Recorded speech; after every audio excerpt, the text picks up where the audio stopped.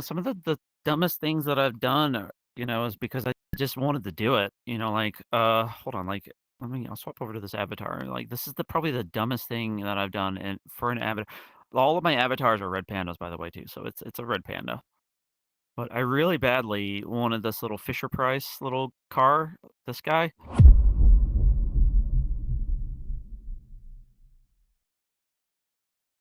Welcome, Metaverse Degen. I'm Lion. Raptor's not with us today. He's currently actually not feeling too well. But we are here joined by our wonderful guest. I don't know what to say. Hello. Hello. Well, what is your name? What are you known for? How'd you get started? And what got you into VRChat?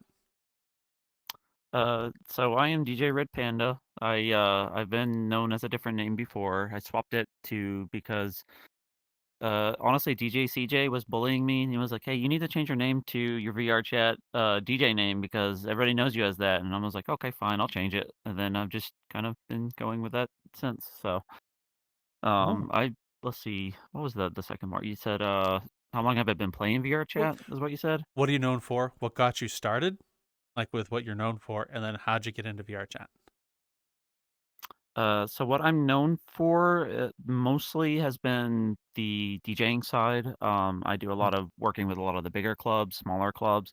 Doesn't matter the size of the club that I play for. I just want to play. Um, I've also been branching out. Have done previously avatar work, and then I stopped doing avatar work as much, and then I Hmm. started doing worlds. As you can quite see, I've been working on worlds for a little bit now.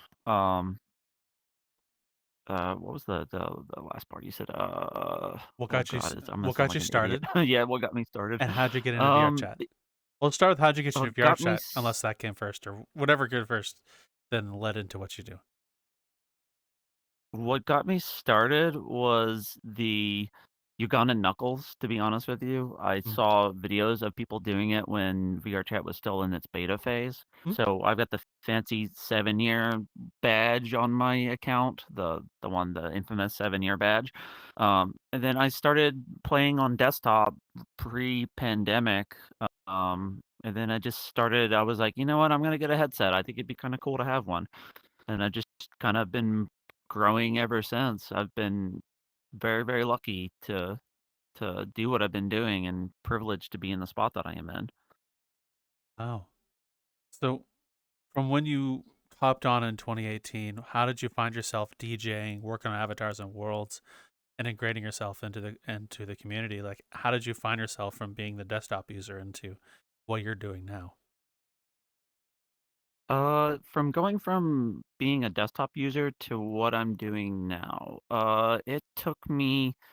honestly, it took me a while to just figure out what I wanted to do because it took me forever to even figure out just an avatar for the first part because I was using other random avatars that were public avatars, but that were kind of interesting.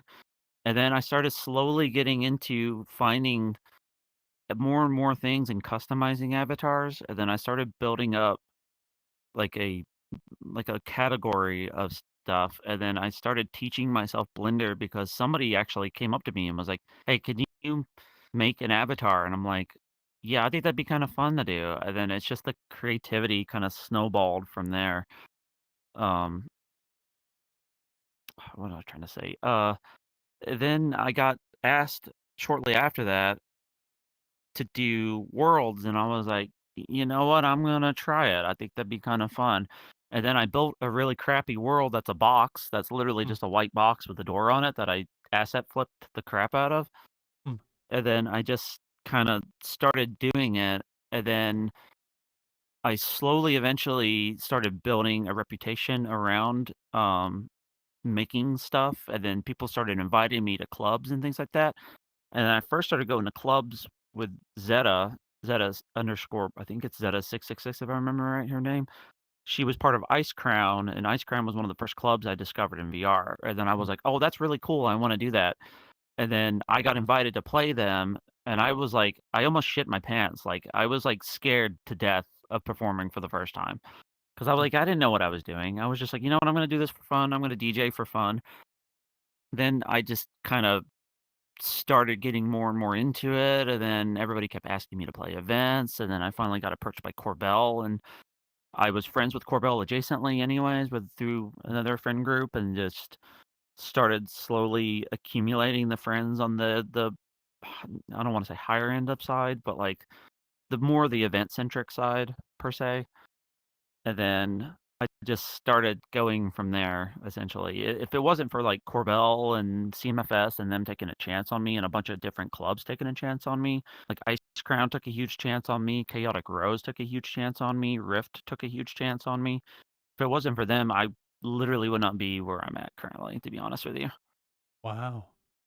Well, I'm glad you have made such a journey because I've been in some of your worlds myself. Like, for, the one we were just in, we first spawned in, and a couple of the other events through Vrilium as an example. You make amazing work, by the way, and that's how I've initially got to start to or hear your name. I didn't even know you were a DJ until after I started getting involved with Vrilium and the rest of them. So what you do is amazing, by the Yeah, I wish I could say that Enchanted, which is the previous world that we were at, it was the second biggest world that I had ever developed, and that took way. for literally forever. And honestly, that world is a lot of asset flipping. Asset flipping is not a horrible thing to do because I honestly like trees. I hate doing trees and foliage and stuff. It's such a pain in the butt to do. Mm. Um, but now most of my worlds are near 90-ish percentile built from scratch by me at this point. Oh wow. Cool. Mhm. So I'll ask this question. From your first roll to the box, how have your worlds evolved over time and some of your work, even with the avatars? What was some of the more difficult things you've done, and how did you overcome them as you're learning to build like what we're in now? So coming from I'll talk worlds because I'm more integrated into the world side than Mm, avatar stuff. Avatars, I make assets, so I do a lot of asset creation. So like the little screen on my arm is made by me. I just wanted something cool to be able to keep track of the screen mapping and what's in going on as far as the event goes. But the worlds, I started with a little box that was my home world that I put mm, like a little Simpsons logo on, and I just thought it was really cool with like a mirror in there, and it was just teeny tiny little world where I could just listen to music. And mm, then I went from that to building out, a, and this is gonna sound weird. I started off in the VRChat lap club scene first, mm, which is like the lap dancing kind of scene. They had got me to come in and play music for the first time, and they let me pick my own tracks at that time, and then it started getting where I just didn't wanna do that stuff anymore because it's just not mm, my bag. Uh, but I started making a world with them, didn't know what I was doing. It's a complete utter mess. If I went back and rebuilt it, I think it would be fine, but mm, it's horrible. It's got all real-time lights, and it's just completely destroys frame rates. It's horrible. It's fine if you're only one person in there, but if you're like a million people in there, it's not good. And then I went from that to building out just a more couple of little, like, my own personal little projects, and then mm, I stopped doing my own little home worlds and stuff, and then I got asked for Vrilium after I had done a little bit of extra work here and there, like sending stuff to other people and other stuff. Like, I get to work with a lot of people too.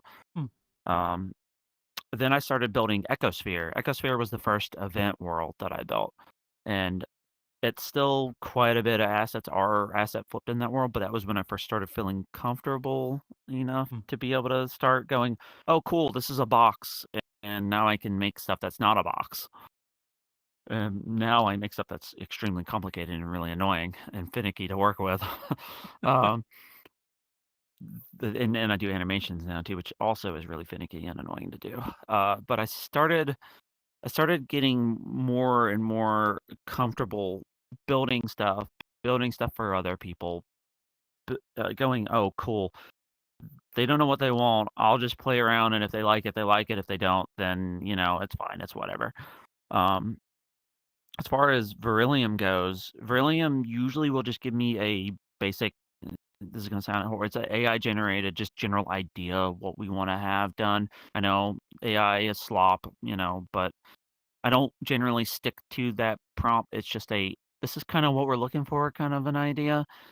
Um, and that started about 2 years ago, and then the 2 years has basically gone from this world to this world to this world. Last or within 2 years, I built 30 some odd worlds within 2 years, something like that, but this is also Wow. including homeworld projects, little tiny boiler room projects, and other stuff, and then I started doing, building for CMFS, built some stagey work for them. This year I started working with PJKT, which I got really lucky to help them with, HorrorCon. The default booth was built by me. It wasn't Oh. completely like, the basis of it was built by me, but I pulled assets from their last year's booth to try to kind of continue that story because I had a story going. Um, Oh, wow. and then this year, Nove's World, which is for Noved played, I built him a full custom world, and that took about let's see, we started about a year and a half ago. He was like, "Hey, I want to do an event, and I want it to be massive, and it's going to be marking my 2 year for everything that he's done, and wanted to give back to the community." So it took right around 3, 4 months just of building alone, and that's also because I was stopping, taking time to work on other stuff while I was doing that. Mm. And that one is, again, nearly about 90% of the build is done by me. I got lucky, I got to bring in Emil. Emil really helped me out with a lot of the build on that. Um, VCAT, they provided stuff for us. VRChat, provided their VRC experience button to us, which was really cool. Vrilium provided the screens, Vrilium provided the event and stuff, and, the Protofox network provided the screens. They worked with us on a lot of the stuff, the lighting, the screens, the tech, and all that, which is really cool. Oh, wow. So, of your world, what has the most memories to you, and what are you most proud of? Uh, that's a hard question because all of them are my babies.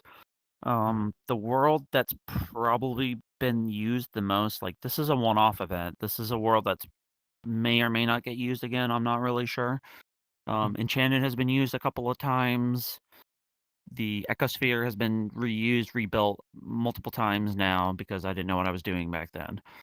Uh, Arcadia is probably the one world that probably gets the most love, but that honestly is the world that I'd probably put the least amount of work and effort into. I got a lot of help and world work done by Glitch the Fox, who is part of the Protofox network.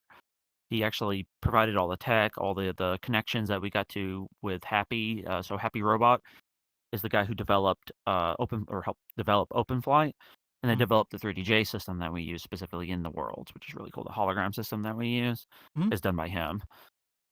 Protofox is really good, and Glitch has been really good about helping me with like the lighting, doing all the tweaking and the audio and all that stuff is usually done by him.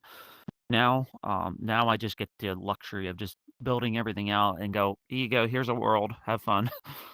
And now he's the one maintaining Horizons. Uh, Mm. favorite world is either got to be this one. I really, really badly like this one a lot, even though it's probably not the best world that I've done. It's still really cool. And we got a lot of contributions. So Happy contributed to it. Obviously, Glitch contributed to the world. We sometimes will get stuff from Lotus on occasion. Mm. She's been really helping me out a lot. Llama sometimes will provide stuff for us. So Llama Hat, the builder for Sonar, will help provide stuff. And who am I missing? We got support from Strange Pair, which was really cool. So I work with them a lot with a lot of the other events that I do. And I'm trying to think of anybody else. Emil also helps with us a lot of the times. If I need something, I usually poke him for something, if I need it. Mm. Oh, so I have a question for you. The first event world you made, you told us about. What was it like for you going into it, seeing the event in it there with people dancing and playing music and enjoying themselves? What was it like seeing that first event play out in something you've made? Oh god, that was Ecosphere. Oh, that world was such garbage, though. I hate that world so much, especially compared to what I can do now. It's Mm. so bad. It's a real-time light in there with no baked lighting or anything like that, so I Mm. kind of got away with a lot more than I probably should have with that world. Yeah. It was really it was cool, like, it was cool to be able to help work with a lot of other people and do events and stuff like that. That's kind of where I want to be now, is I want to try to help other people and push them. That makes Mm, sense. But Ecosphere, it's not my best world, but I think it's a really interesting world, and it was definitely a learning curve for sure. It was the first time that we've got like the big names. I think I can't remember if TFM Johnny was on that one or not. I don't remember if he was or wasn't, but it was the first time we worked with Johnny K9 and stuff like that too. So we got to work with him on that kind of event. Now mm. that world got turned into a special custom world for Johnny at one point, which is really cool. Oh But wow. it's surreal to think about how many events have been done over the year. I mean, it's once every couple of months we do a larger scale event with a lot of performers that I just am just amazed at this point. Mm. So I have a silly question. How different is a world made for an event versus like any other world, either exploration, role play, or home worlds? Is there any difference between the two? There's a major difference between the two, to be honest with you. Mm, The biggest comparison would be to be extremely optimized. We mm, try to keep our worlds under a certain amount of space for loading so people can load in really quickly and get into the event and see their performer very quickly. mm, You also got to think about places that people will hide, be dicks about, hide into certain spots. With Ecosphere, I didn't really do that, if that makes sense. I learned a lot from that event because I learned what works and what doesn't work for these larger scale events.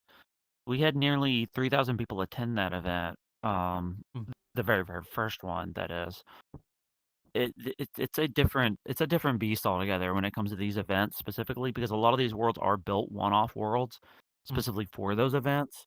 So they require a lot more work. We also require a lot more that has to be done because we're setting a standard, if that makes sense. So mm, to be sanctioned specifically by VRC for Noved's world, there was a certain thing that we had, like a certain criteria that we had to meet, but to make sure to be extremely optimized, we had to make sure to be on Quest and PC. So we like to be on both sides.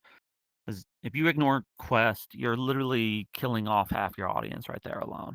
mm. Quest are we really try to cater to them, so we try to make it as optimized for Quest. That way, it's as optimized on PC too. Yeah. That's the biggest difference between any other world and what we do specifically, so and Okay. screen mapping and other crazy stuff that we do. Okay. Crazy lighting, techniques. The lighting in here looks really good, by the way. Looking around and seeing the stuff flash about, it's Yeah. very catchy and amusing to look at. If that makes sense. This is something I tested in one of my home worlds, with the lighting. They're audio link driven, so the lights are set on audio link paths where they Mm, basically on off audio link pathing essentially. I tested this in one of my home worlds and I thought it was really cool, so I started using it in all my worlds because I like it. When I can't do VRSL, unfortunately, for Quest because it does lag them a little bit. It can be done. I'm not saying that it can't be done. It can be done.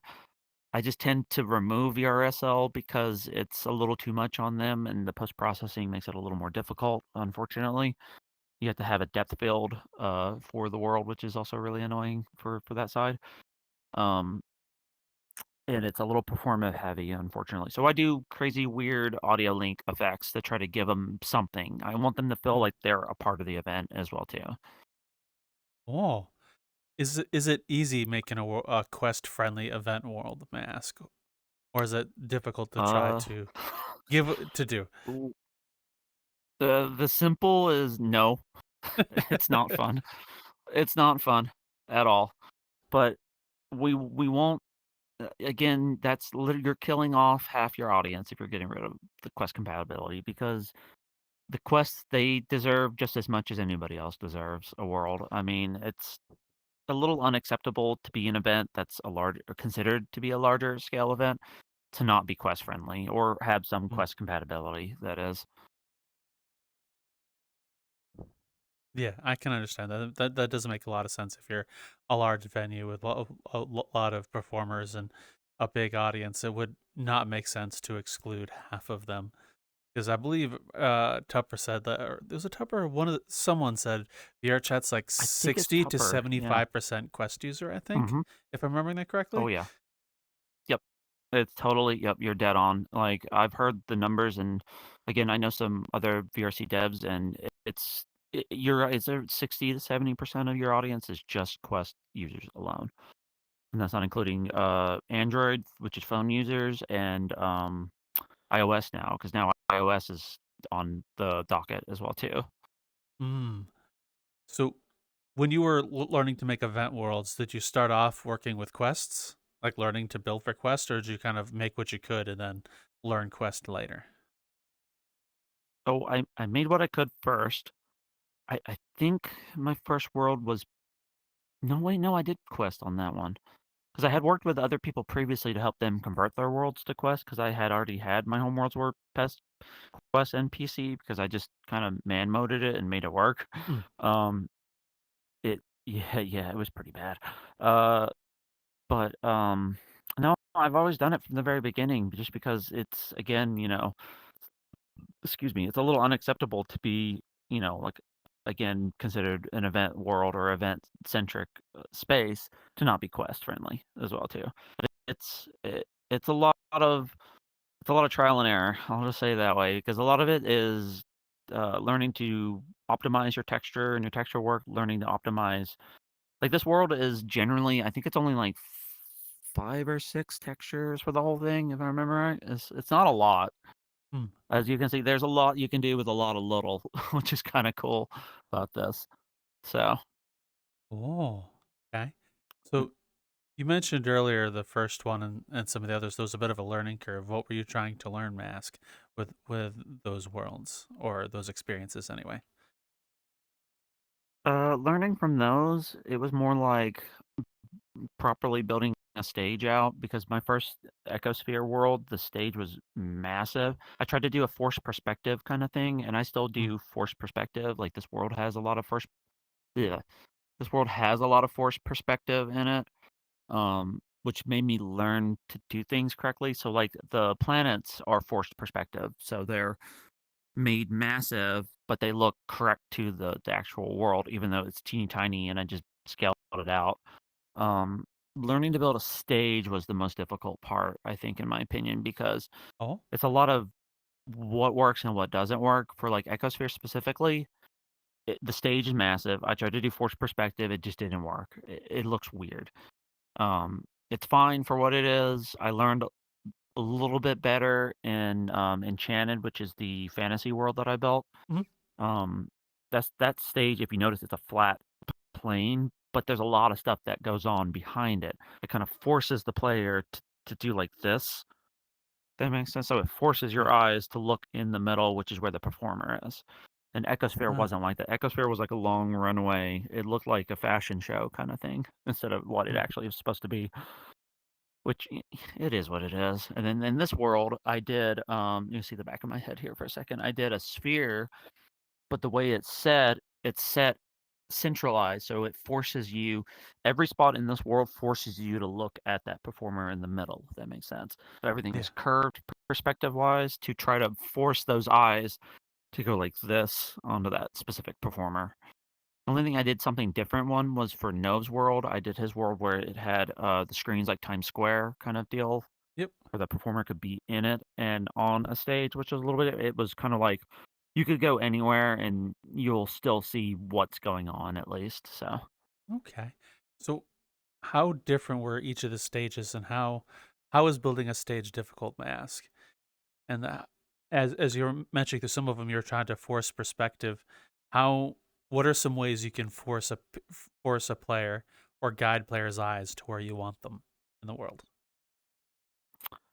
I mean, again, the easiest way is like this one's probably the biggest example where everything is curved out like this.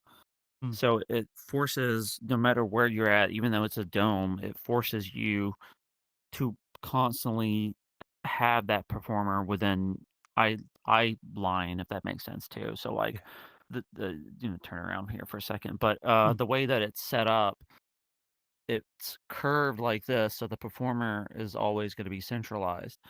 And mm, then if you notice, I put chevrons behind this stage, which are those like triangle kind of dealies. yep. Um, those are set to do like that, and then everything around it is pointed like this to try to bring in your eye line towards that specific spot. Um, Yeah. I'm trying to think of if I did it if I utilized that in any other event. I essentially I'm basically what this event was, which this was considered our Pride event, which was in Mm, June. This is what's done in June. mm, I'm gonna be essentially doing the same thing again for that and have everything focused on that performer. Not every event needs that specifically, so it depends on the event as well too. So like mm, Noah's event was about the performer, but it was about the community. So everything was community driven. So mm. I don't Okay. know if that made sense there or not. No, it makes sense. I just I never thought making a stage would be the hardest part. So that's actually pretty interesting to learn. Although I'm not a Unity person or make worlds, so I wouldn't know in the first place. Yeah, it's not as bad as you think, to be honest with you. I've got an avatar I use to scale all my worlds with, so I use a Mm, Nova Beast to scale everything to that specific size. So like everything would be mm. technically scaled to your size specifically. Because I'm tiny, I'm always teeny tiny comparative to everybody else. So, Oh. which there's a couple of clubs that have built little lolly steps just for me now at this point because I play at them so often. Oh, well, thank you for explaining all that. I'm gonna ask you a bit about your DJ career now, a little bit if you don't mind. What was your first set like, and how did you get better or accustomed to playing in front of people? Because from you were saying earlier, you were very nervous doing it. What was it like? What were you thinking at the time? Oh God. Well, first off, I came from the lap club scene event worlds first, so I was playing music through that. Mm, I started off with a club, and I'm gonna call them their new name now because I can't remember their old name for the life of me at the moment. They are Touch Fluffy Tails is the name of the club now that they are. They saw me play at another thing, and they were like, "Okay, let's bring him in as a in-house DJ. I think he's a really cool person." Because I was just hanging out with him just in general, mm, and then I started playing there more and more often, kinda got what I wanted to do, finally got a controller, so I got this teeny tiny little baby controller, it's called a DJ to go, and it's like yay big. It's a little itty mm, bitty guy. Started off on that, and then not even 2, 3 months later, I was like, "Yeah, this has gotta go. This is too tiny. It's just not enough for my needs." And then I ended up getting massive Hercules Impulse 500, which is mm, a big boy one. Big old platters, like, massive guys.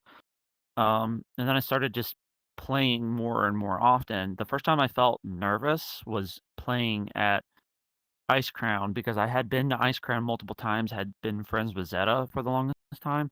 mm. And she's the one who really pushed me to try to get into the scene, and I had saw her play. Oh, you're gonna hear my dogs in the background running. Um, you're gonna probably hear them barking here in a minute. But I started off the first time ever felt nervous about doing it because I Mm, had just done it just to do it with the original Touch Fluffy Tails group. Um, just to try to get my chops in, that's just go, mm, "Oh, hey, am I actually gonna enjoy this? Is this fun to do?" And it was just, like, teeny tiny little crowd, like a handful of people there and, of course, the staff there and stuff like that. And, I just really enjoyed doing it. I was just like, "You know what? If people like my music, they like what I'm doing. If they don't, then they can leave." And that's what people did. And I was trash. I was not good. I didn't know what I was doing, to be honest with you, but that you gotta learn you gotta start somewhere. Sometimes you just gotta sit there and just do it, is what I say. In the great words of somebody, Shia LaBeouf, you gotta do it. just do it. Just do it. Um, but Ice Crown, they brought me in the first time, and I was just like, "Okay, this is the first time I'm doing this where I'm actually have a big crowd." Think it was I think it was around 50, 60 people in there at the time, Mm, that was a lot for me. When I first started playing, that was a lot of it's still a lot of people no matter what, no matter what you look at it, that's still a lot of people. But these are DJs that had been established for years that were playing. Zeta, oh God, I'm trying to Mayor of Texas, for mm, example. was just talking about them earlier. Oh god, I mean, it's just like it's so crazy to think about, and long story short, Mm, I played there, about shit my pants because I was so scared to play, because I was like, "This is an actual crowd." I started doing, hardstyle. Originally, I wasn't doing hardstyle. I was just doing, like, kind of dubbier, kinda generic kinda music that was just kinda like, "Oh, hey, this is kinda fun." mm. And then I started doing hardstyle, and then I started doing hardstyle and incorporating random memes in there, and people saw that, and they were like, "Oh, that's really cool, that's really funny." So then I started doing it more and more, and I was just like, "You know what? I'm actually really enjoying what I'm doing. I'm gonna change this up." And then I just completely negated everything that I was doing and just started exploring every single genre of music since then. The only music I don't do is D&B, and that's because and this is D&B artists are amazing at what they do. I am not one of them. Um, they are good at what they do for a reason. I could play it, but I'm just not as good as they are, and I'm just not gonna it's a genre that it's everybody's doing it, if that makes sense, and I just don't wanna do it. It's just not for me. It's understandable. Everyone has their own tastes. That's no big deal. At least I don't think so anyway. Cool. Yeah. So, since you started DJing, what have been some memorable events or places you've DJed for? May I ask, and why choose them? So, I'll preface this the more memorable stuff has been, to whatever audience is there. I've been very lucky. I got to play the Furry Hideouts New Year's Eve event, which was really Mm, cool. I played that, which was really kind of set me in motion, to be honest with you. Um, Corbell also really took a big chance on me as like a newer event. He was like, "Hey, do you mind coming in and playing?" And I'm like, "Yeah, I don't mind playing." And I played like maybe a 30-minute set at like literally at like 2 or 3 in the morning for me. It was like dead ass, like barely barely awake me, barely alive me to mm, be there. And he took a big chance on me, and it's been kind of that snowball effect ever since. Like ever since he brought me in, said, "Hey, we're gonna give you a chance." Then Vrilium brought me in as well, first off as a DJ, then second off as a world creator after that. mm. Um, and then again, it's just been that snowball effect. If it wasn't for Corbell and everybody taking a chance on me, Chaotic Rose took a chance on me. They took a chance on me. Rift took a chance on me. Aztec, from Rift, which I'm hoping someday maybe. Have you gotten Aztec on your podcast We before? have a long time ago. If you want, I could send it to you. Okay, yeah, definitely do. God, I love that man so much. He's such a delight to work with. I've worked on events adjacent with him multiple times, and they make things so easy. And they were one of my goals, my personal goals to play for Rift for the longest time. Oh, hold on, my dogs are barking in the other Oh, room. it's all good. It's actually I gotta pretty yell cool at them. because Aztec's an amazing dude and was really fun to talk to when I met him for the first time. And the world is phenomenal. Like it blew me away just being on an asteroid, looking about everything else, and hearing that he incorporates other worlds into his events. That was crazy. I enjoyed Oh that. yeah. Yeah, he's been working on some interesting stuff I can't talk about either, unfortunately, but, God, I love Aztec so much. He's such a good dude. Like, he gives so much back to the community. Honestly, a lot of these people really give a lot back to the community. Lotus has Mm, really given back to me a lot. She took me under her wing, to be honest with you. Her and Llama Hat also took a chance on me and took me under their wing and were like, "You're learning this, do it now." And I've been and, also Starport has also, cracked the whip on me to get me to learn animations and things like that, so, mm. yeah. I feel like in VR chat, giving back to the community or doing something for the community is some of the best, and honestly, I call it best end game in VR chat because you go from like having your own beginner's experience of like first time seeing a music event, first time seeing VR, being in VR chat, communities, fun, friends, and you go through that wonderful experience of experiencing VR. And then later you get to provide it for someone else and seeing it's like living through it again through their eyes, in a sense. Oh, yeah. Yeah, definitely on that. I again, been very fortunate. Like, I've been very, very fortunate to be where I am if it wasn't for other people, and I like to give back where I can if I'm able to, you know? I do a lot of events where a lot of these events are charity events, so, you know, 90% of what I do world-wise is charity, you know, it's a charitable donation in a sense. This is a lot of work that has to be done on these worlds. It's several months of development, work, time, and I'm doing this on while working a 40-hour week with my normal job, and I volunteer at the Humane Society, so I volunteer and Wow. I help get dogs adopted and stuff like that. Um, so I'm doing those events for the shelter. I do 6 to 800 hours a year, something like that for the shelter. It's quite a lot. Wow. Um, it's, but I'm also doing that, and on top of that, building the world, and I'm DJing on top of that, and most weekends, I'll DJ. If it's a crazy weekend, I'll do, like, 6 or 7 sets a weekend, give or take. It just depends on the weekend, to be honest with you. How do you get anything done? Uh, I don't. Up until now, this is the first break I've ever taken, honestly. I've been wanting to take a break, but it's hard. I DJ literally almost every single weekend, unless I'm not at home, you know, Mm. which is very, very rare. Well, be sure to take care of yourself too, because sometimes taking breaks is an important part of the creation and work process, because it allows you a chance to breathe. And sometimes the best creativity comes out after you take a break. Because, like for example, there's been a couple of problems I was trying to solve like within my own little niche sphere. It's like I couldn't get this done. Bash my head against the computer as many times as I want, and it just doesn't want to work. And then I take a break, step away for a few days, and then somehow it just slaps me upside the face right there in that break. So Oh, yeah. it's important. Be sure to take care of yourself, bud. Yeah. Yeah, I know. I mean, some of the greatest ideas are, like, when you're pooping and you're just sitting there and you're like, "Oh, oh, that's what I can do. That's a good idea right there." You know, some of the dumbest things that I've done, you know, is because I just wanted to do it, you know, like, hold on, like, I'll swap over to this avatar, like, this is probably the dumbest thing that I've done, and for an avatar all of my avatars are red pandas, by the way, too, so it's a red panda.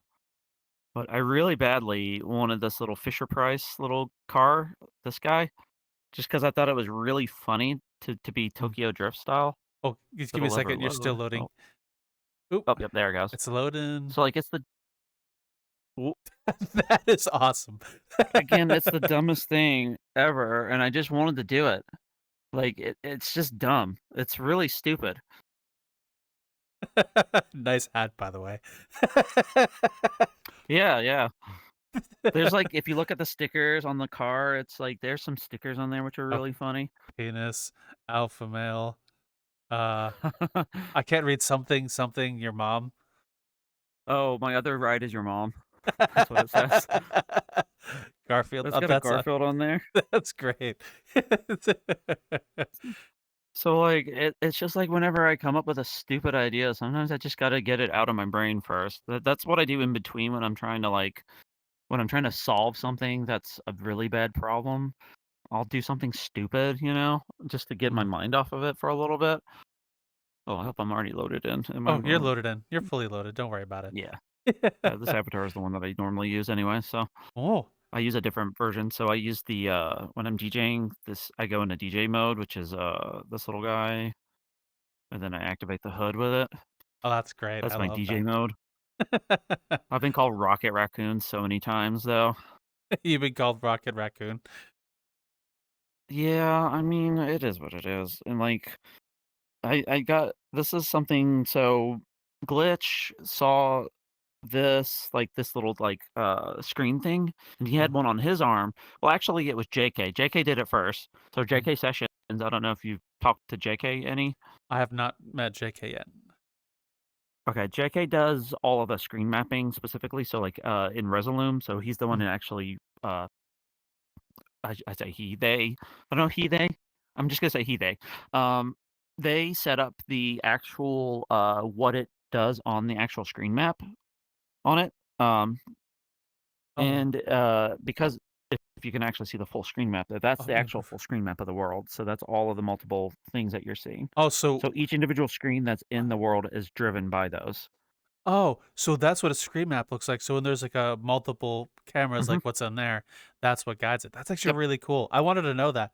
I remember we were talking with some DJs before. I think it was Silent, that they were saying VRChat is a really good Oh way yeah. of getting used to shatter screens and multiple screens because of the sheer amount of Oh yeah. like opportunities there are to do it. Because it's something like in the real life, you don't really have, there's not many opportunities to work with $1 million multi screen setup or something. Hello, friend. I hope you're enjoying the current video. We'd actually like to inform you that we do some other shows and content as well. We have a whole bunch of interviews from the Metaverse Degen podcast, which you can find over in the main YouTube channel or on Spotify. We also do a D&D actual play called Hold My L, which you can find on the same Metaverse Degen network channel as well as Spotify under Hold My L. If you're interested in either of those things, we create other shows and plan on making more in the future.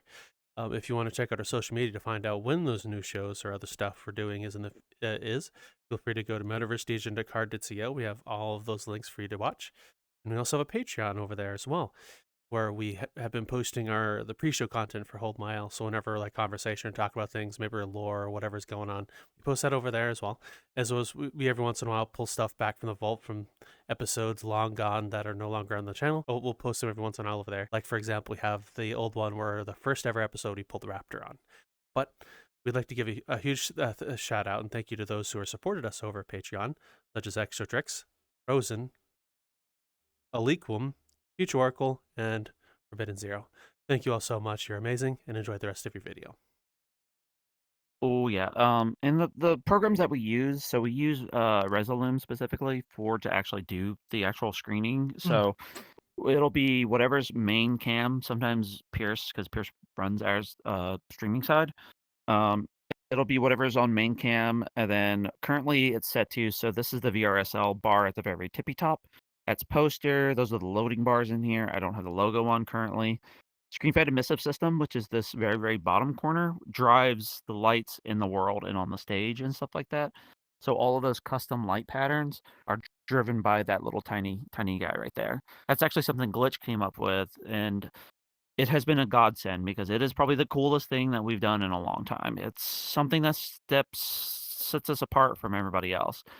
What is also really cool is that that screen mapping can go on avatars. So I'll swap over to I'm gonna be big here in a second, but, Okay. I'm not gonna do any more avatar swapping after this. Oh, swap as many This avatars is as you want. Because to be quite honest, it doesn't bother me at all. Seeing the things you work on, what you're proud of, and how they work, honestly, is a treat to me, and I enjoy it personally. So don't worry about it. If you want to hop in a bunch of avatars over and over, go for it. I think one of the people that we've talked to that's done the most avatar swaps, I think, was Down Lyric.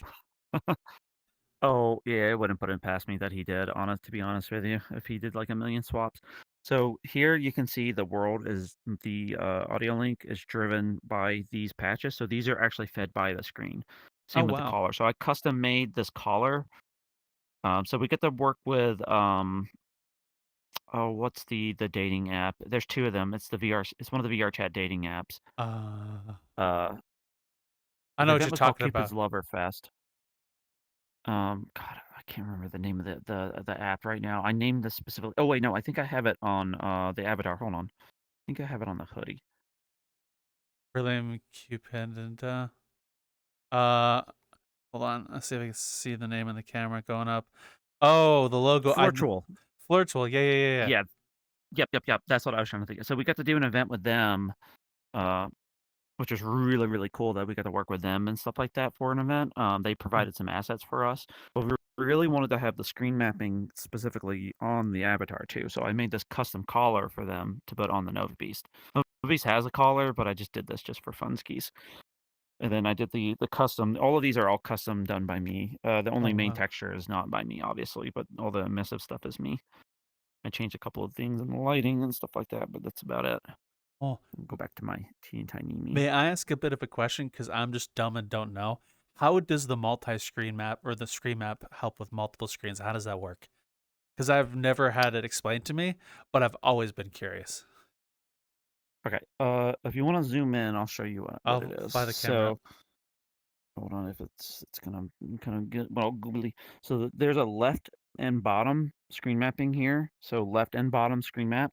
Yep. Center is main cam, top is VRSL that we have to set, and you can do this as full custom.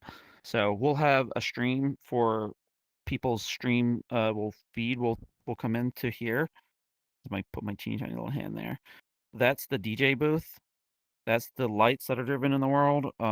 This one I can't remember what this one is for. I think this one is. I can't remember what this one is for. Mm. For the life of me right now. This one is the logo in Word when we use it. This is part of the little light bars that are in here. And then poster.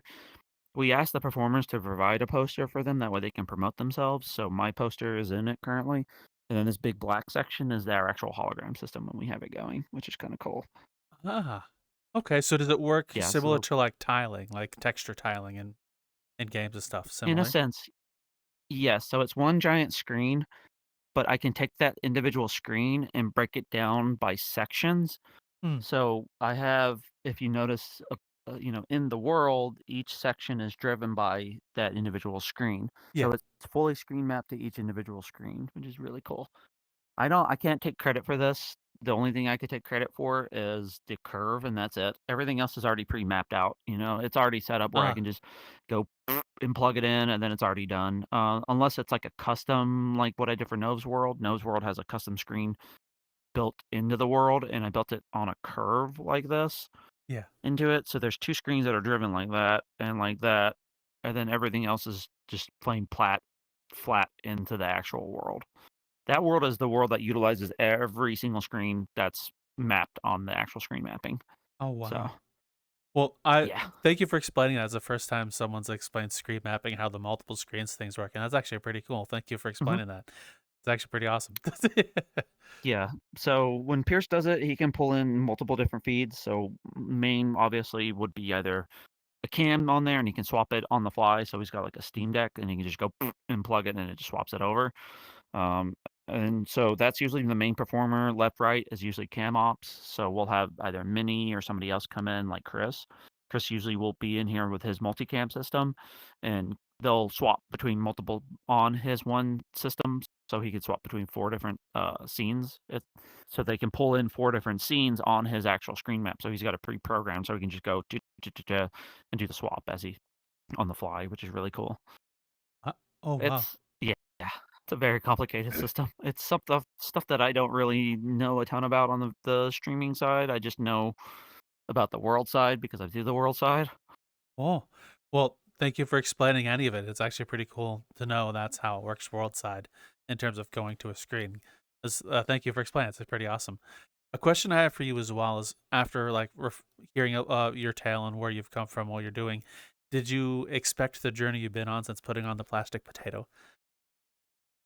Oh, yeah, no, that I wasn't expecting that, to be honest with you. When I first started, I used to be a pug dweller, to be honest. Mm. I used to chill at the pug a lot, and I would be a raccoon. I would have like a realistic looking raccoon at the pug and just be where the dumpsters were and just hang out other than the dumpsters or the very tippy top. Mm.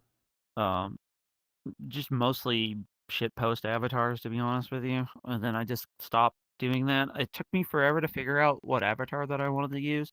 I wanted something that nobody really used, and then I just was randomly searching. Originally, I was gonna use a corgi avatar because I do corgi rescue work as well. Oh wow. Um, so I do corgi rescue work. I've got a special needs corgi, so um, but she's rolling around on the floor in the background right now, growling. Uh, yeah, if you hear growling noises, it's not me. It's the dogs. So I've got a bit But of. Oh, sorry. Please continue. oh, oh yeah, it's real quick. Yeah. Then I was gonna use a rat avatar because I thought it would be really funny to be like a really fat rat. Because like I'm a skinny dude in real life, and I just Mm. think fat animals are really funny. And then I found the red panda, and I was like, you know what? I don't ever see anybody use that avatar, and I just started doing it. And then now it's the only avatar, and now I'm kind of stuck. Oh, well, sometimes VRChat has that interesting way of grabbing somebody who's just here for fun and then taking you on a journey somewhere entirely you don't expect. Like I can very much understand like being just here hanging out when I came in. I just wanted to talk with friends, and then shortly after that, one of my friends is like, "Lion, I have this bright idea. I want to do a podcast." And it's like later, he's like, "I don't know what to do. Lion, I need your help doing the podcast." And then years later, here I am taking over. So I understand the whole journey of like I wasn't expecting anything. Like VRChat has a way of grabbing you by the seat of your pants and just dragging you through a journey. Well, I mean, for DJing wise, like I DJed in real life, Mm. like oh god, I did it in like I think like 2010 or 2012, something like that, like in real life Cool. for house parties and stuff. So I knew how to DJ before, so it's not like I didn't know how to do it. But then coming back and doing it again, like another 10, 15 years later, everything's changed. Everything's digital now. Nothing's the same. Oh, how what Technology. was DJing like at the time you started 10 plus years ago? It was kind of the same, but you're able to stream now, which makes things so much easier. So like Mm. streaming online makes it so much easier. You could literally be in your underwear dancing at a club, like in your house. I mean, how cool is that? Like get drunk as hell and then just go to your bedroom and pass out. Cool. So I want to ask you a question I've asked a few other people who've done the whole real life and VR thing. Which do you prefer, a real life rave or a VR rave? Well, I mean, I've done both, to be honest with you. I Mm. like the VR chat a little bit better just because the chat, like or the community is so giving back. With a lot of the events that we've done, we've raised, I think it's almost 20K at this point from the community, which is really cool. Wow. From all the charity events that we've done, and they give back so much, and, like, the fans are loyal, like, the ones that love you, they love you to death, and, like, Mm. that's just something you can't get IRL, like, IRL clubs, they're just cranking them out, they're just there for people to drink and get drunk and hang out and go home and maybe get some, if Mm. you know what I mean? Wink, Yeah. wink, nudge, nudge, but, you know, VR chat events, they're there for you. They're spending their time with you. If they don't like what you're doing, they'll leave if they leave, it's not that big a deal if they leave. They'll go find somebody else they enjoy, but with the clubs here, they're very loyal. People know who you are. They appreciate what you do. They're always willing to say, "Oh, hey, thank you. I loved what you did. Your set was amazing," even though I think that I shit the bed on it. Mm. You know, there's a Y lot of the times when you think like you've done horribly. A lot of times people don't notice it. Like I was talking with a few DJs before on the show. I wish I remembered, but I talked to so many. But there's a couple of them that I remember told me a story how they're like they're playing a set and they missed a transition or they screwed up or the whole thing turned off. Oh, I do And that all the time. and a lot of the time, people listening won't notice any of those problems. No. No, they won't, and the beauty of DJing is that, like, if I screw something up, I can just go and then transition out into the next track, so it's not that big a deal, or I could just pause it and just bump into the next track, and nobody's gonna really notice. A lot of times people are Mm. drunk anyways, like, they just don't care. They're Oh. just there to vibe, chill, hang out with their friends, listen to music. That's usually how it is, and if they like what you're doing, they like what you're doing. Oh. No, I'm gonna ask you another question. I'm kind of curious. You say you volunteer for a dog shelter as well as dealing with special needs corgis. How did you get Mhm. involved doing that, may I ask? That's actually a pretty awesome thing to do with your time is volunteer like that. Well, it's pretty dark, to be honest. Oh. So I was going through a divorce in real life, and I needed something to fill my time. So while I was going through that and learning how to figure out who I was, I started going up to the shelter and I'm a professional photographer in real life. So Mm. I know how to shoot and I used to do events and stuff like that. I don't do it anymore now because I've transitioned to a different job altogether. Mm. But I was a professional photographer at the time and I was going up to the shelter to take photos of the animals. And I Mm. really liked what I was doing. And this was before going through the divorce. And then once I went through the divorce, I needed something to do to fill my time on the weekends because I wasn't, like, dating or anything like that. I didn't make dating a priority in my life. I've never really done that. I never made dating a priority in my life. If it Mm. happens, it happens. I'm too old now. I don't wanna go to a club or anything like that. So I started volunteering at the Humane Society as I was trying to do something with my time, and it's a way to give back in life, like, Mm.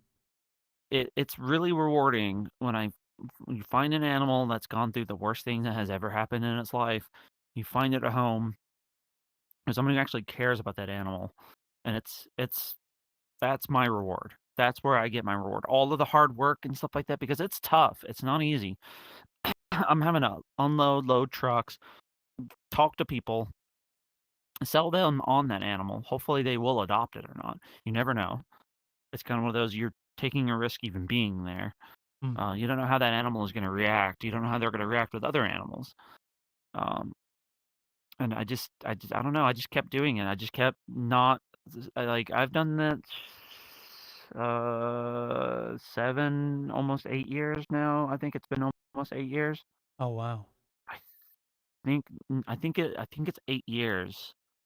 I believe, but I don't remember how long it's been. As far as corgi rescuing, I really like corgis. They're the dumbest looking animals. They're like short little log dogs with little tiny legs. So that's kind of Mm. why I like corgis, and they're just goofy animals. I started off with a blind corgi, like 100% blind. Mm. Brought him in. He was extremely aggressive.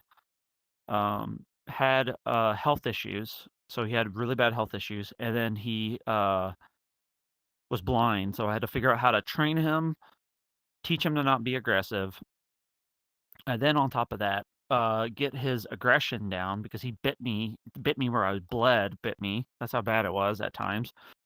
Um, and just teach him how to be. It's called tether training specifically. It's basically where you take a dog and you just tether them at 24/7 to you and see how they react around your environment until they get used to your environment. And then once Mm. he learned that that's his zone, they usually will stick around you for the most part. When they're blind, they don't know where they're going, they don't know what's going on. As long as they're near you or know that you're near them, then it's perfectly fine. Mm. I brought him in, I got him a home, so I rehomed him. He was a stud. He was like 40-pound corgi. He was big, big boy. Mm. Then after that, I got Pixie, which was my second special needs corgi. She's the one. She had little swimmer's legs, so her little back legs didn't quite work all the way. Mm. So their little legs would swim like that. It's called swimmer's legs, is what it is. Um, got her. We rehomed her, so I did her through the shelter. Then my third corgi, which is the corgi I have now, let me see. I don't know if it'll show up on your cam or not, but I've got a picture of her in my emotes. She's a goofy dog. This is her. Aw, he's She adorable. um she's got she's got a pancreatic issue where her pancreas can't create the enzymes to be able to break down food. Mm. So she has a powder that goes over her food. She was extremely aggressive when I first got her. Um she's also still really aggressive when it comes to food and other people and stuff like that. She really likes people, really likes kids, really likes people. Other dogs, big dogs are the problem. Small dogs, she's okay with. Her dogs that are around her height, she's fine with. Off leash, perfectly fine. On leash, she's a nightmare to deal with at times. But I got her because the owner was having issues where she was being extremely aggressive with her other dog.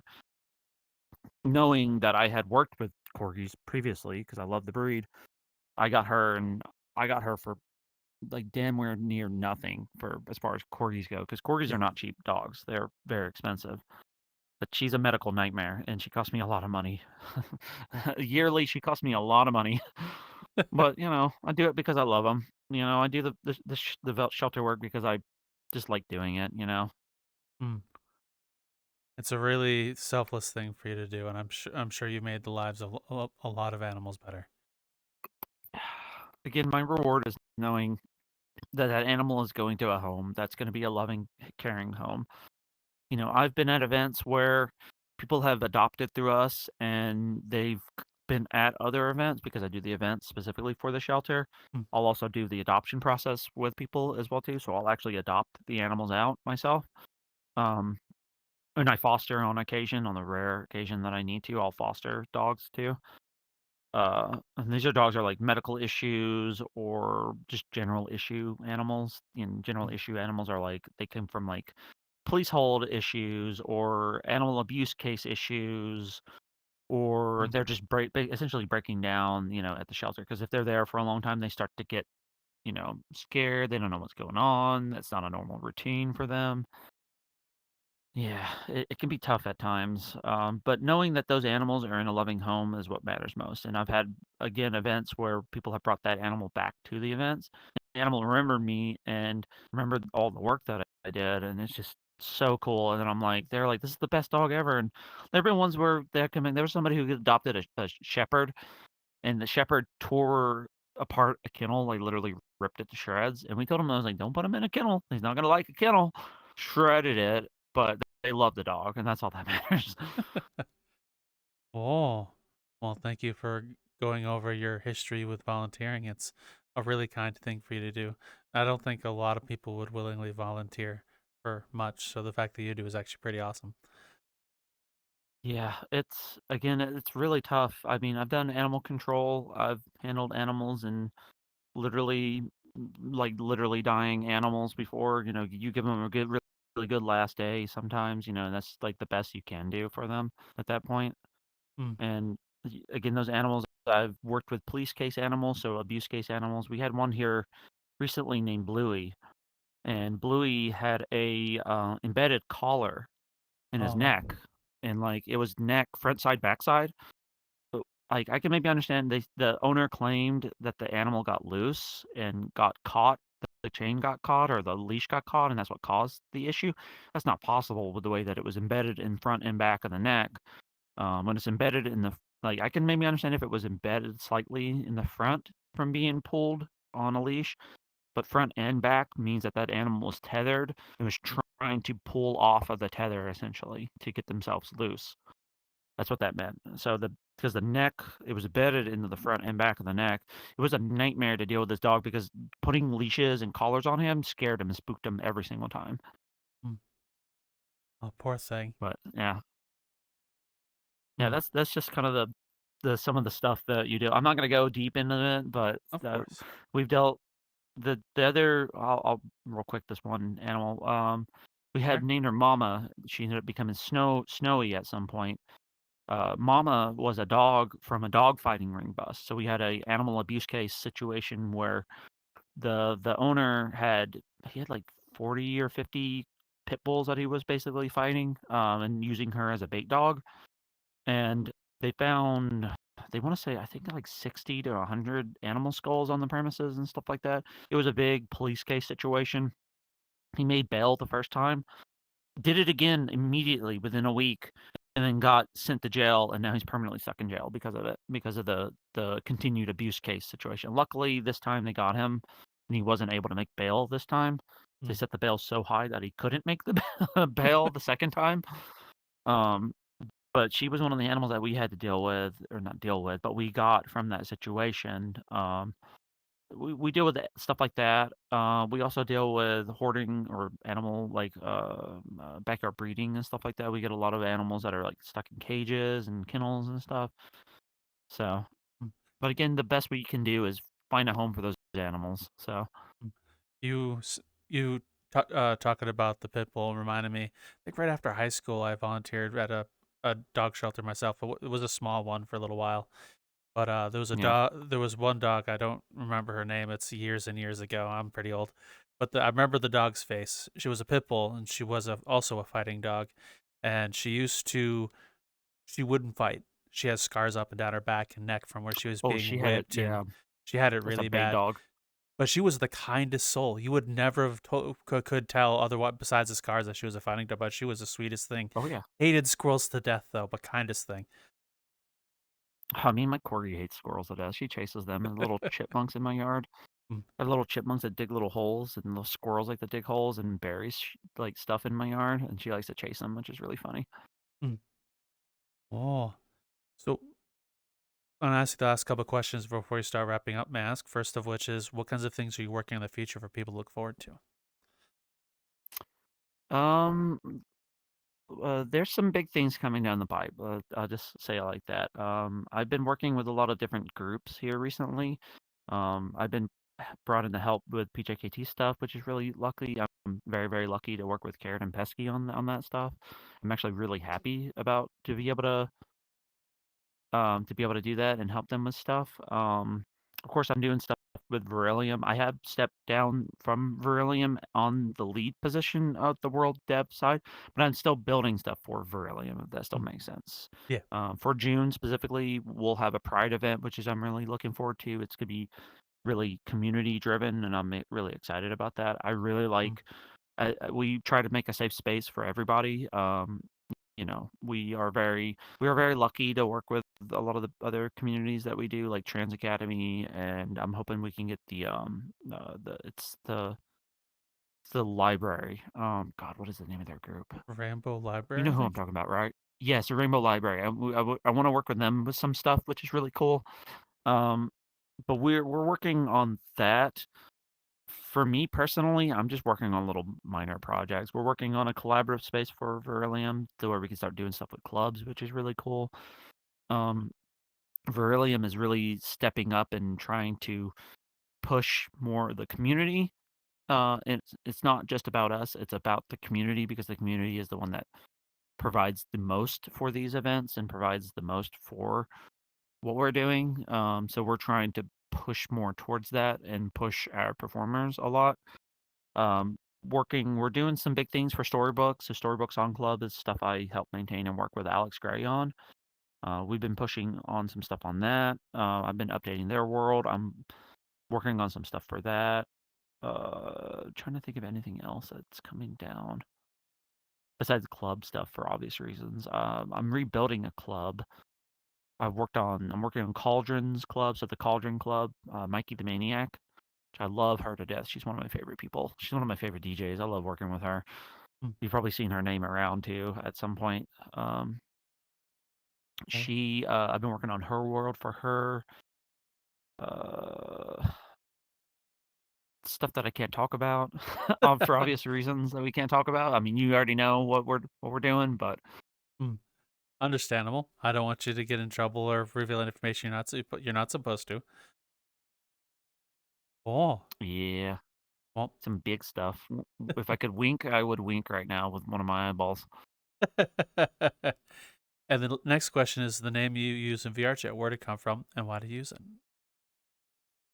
So and I am gonna reveal the original name. For my original account was Tubby Maybell because I Mm. just think that fat animals are really funny, and I call my dog like Tubby or Chubs and stuff like that. Mm. So my eldest dog is a Corgi German Shepherd mix, Yep. and I call her Chubs, Tubby, Chunky, Fat Ass, Queen Fatty, Lunchbox. I can't think of what else do I call her? Chunko.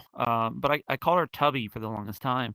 So it was Tubby Maybell, and then I swapped from Tubby Maybell to DJRedpanda because I started using the RedPanda avatar. And then CJ bullied me for I think damn near 3 or 4 months. He was like, "Dude, you need to change your VR chat name to your username, to your DJ name. Everybody knows your DJ name. They don't know Tubby Maybell." And I'm like, "Fine, I'll change it." And then I ended up changing it, and then it was probably the best decision that I made. Mm. Oh, well, thank you for explaining that. And the avatar you're in, you explained a bit about it, but why did you choose it? Why do you use it? Is there anything about it that means anything to you? Doesn't really mean anything to me, to be honest with you. I just thought the red panda was cool. You don't Mm. see him ever. It's it's an old avatar that I've updated the crap out of. I've redid the everything on this avatar. It's the only avatar that I use. I have to do something to it Mm. to make it cool. There's nothing I can do. Oh, well, again, Red Panda, thank you for taking the time and chatting with us. It's been absolutely amazing to meet you and hear your story. It's been an absolute honor. So thank you. I mean, hopefully I'm not boring or anything like that. I don't really do interviews and stuff because again, I try to push other people. Again, when we do the events, it's not about me. I'm just the guy in the shadows that likes to build stuff. I get a lot of help from a lot of people. Like I said, I've been lucky to have Llama, Lotus, Happy, obviously Glitch from the Protofox network. He's really helped me out a lot. He's pushed me a lot to do a lot of the stuff that I've done. That's why if he ever asks me for anything, I'm just like I drop everything and just try to help him when I can. Mm. Emil has been really helping me a lot. I don't know if you've talked to Emil, right? I'm actually good friends with Emil, and we've had him on. He's a really, really good person. Okay, good. I like Emil. Yeah, I love Emil. whenever he asks me for something, I try to help him if I can. A lot of times I do get really busy during the week and he's Mm, EU time, so it's kind of like it's trying to finagle what's the best time to try to get with him kind of deal. mm, So that can be really difficult. Code has done some stuff for us, which is really cool. mm. Code Advanced for so that can be really difficult. Oh, I think you've talked to him as well yeah. too, right? I'm This would actually be a good opportunity for well. you to Funny put enough, on screen. we are friends with Code as well. I actually do a collab project myself with him, which is the Virtual Gauntlet. Him and I both work on that. The start of a conversation him and I had years ago about MXC, Most Extreme Challenge, and they kind of branched off into that. So I kind of help out with the media side and helping get people in for the show. I'm actually good friends with both Emil and Code. See, smart, smart. Now you can have them like annotations whenever you do the. I talk about them, and you can go, "Hey, point here and listen to that podcast." These are cool people. These are people that are really awesome and do some amazing work. You know. Mm. There's a lot of really amazing people here in VRChat that work on so many crazy things. Like sometimes you'd never know uh, the amount of stuff people are up to. Like it just baffles me all the time. Go out and talk to people, folks. Yeah, yeah. You just kind of, what's cool is these big events. I may hide a lot of the times, and I hide an admin most of the time. Unfortunately, I do hide an admin a lot. But I mean, feel free to talk to us. We're people too. I'm not anything special. I just do stuff. You know. I can hear Raptor speaking on one of the comments you made versus saying I just hang in the shadows. Stuff you do building worlds and keeping these events going is what makes VR chat a lot of fun. Otherwise, we'd be sitting in front of a mirror over in the same couple of worlds like years prior. Oh God. Bec- because of people like you building and creating and doing things, there's stuff to see, there's stuff to do, there's events to go to. So don't put yourself down because you like sit in the shadows. You do a lot of really important stuff here for the platform. Yeah, yeah, but again, I mean, it's not just me, I know. I I'm saying it's you, not just referring me. to all the everyone who works in that stuff, not just you Yeah, particularly, yeah, but yeah. mm, Again, I mean, I say it like this. I've been a very lucky and privileged person to be in the spot that I am, and it was the right place at the right time. People didn't take chances on me, I don't think I would even be anywhere near where I'm at currently. We're building and developing what we're doing as well too, which is really cool to think about. mm. Well, thank you again. It's been an honor being speak with you. If anyone in the audience would reach out and find you, where would they go to find you?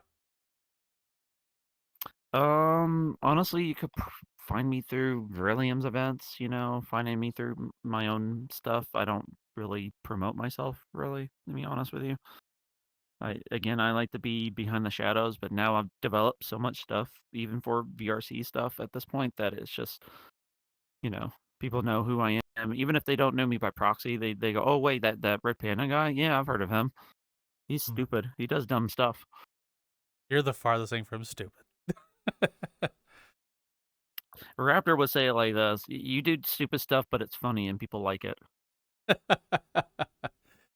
Well, you've entertained quite a lot of people. You've built amazing things that baffle people. Like this is just beautiful. The world we're in now. So be proud of yourself. Yeah, yeah, I try to be.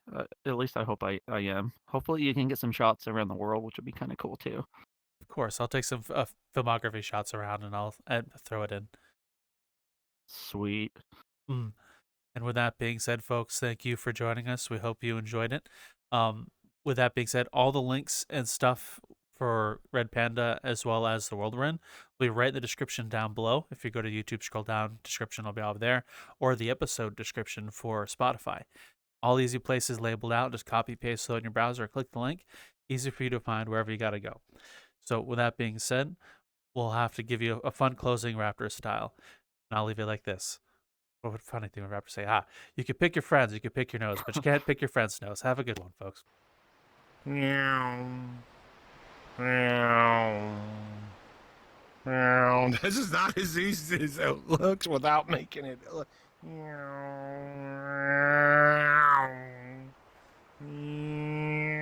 Meow. Meow. Beep beep. Mama. I forgot to get my flyer license. Yeah. My helicopter's in the ditch.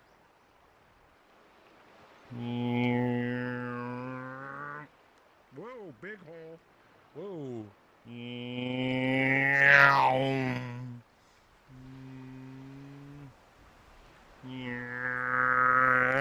Beep beep.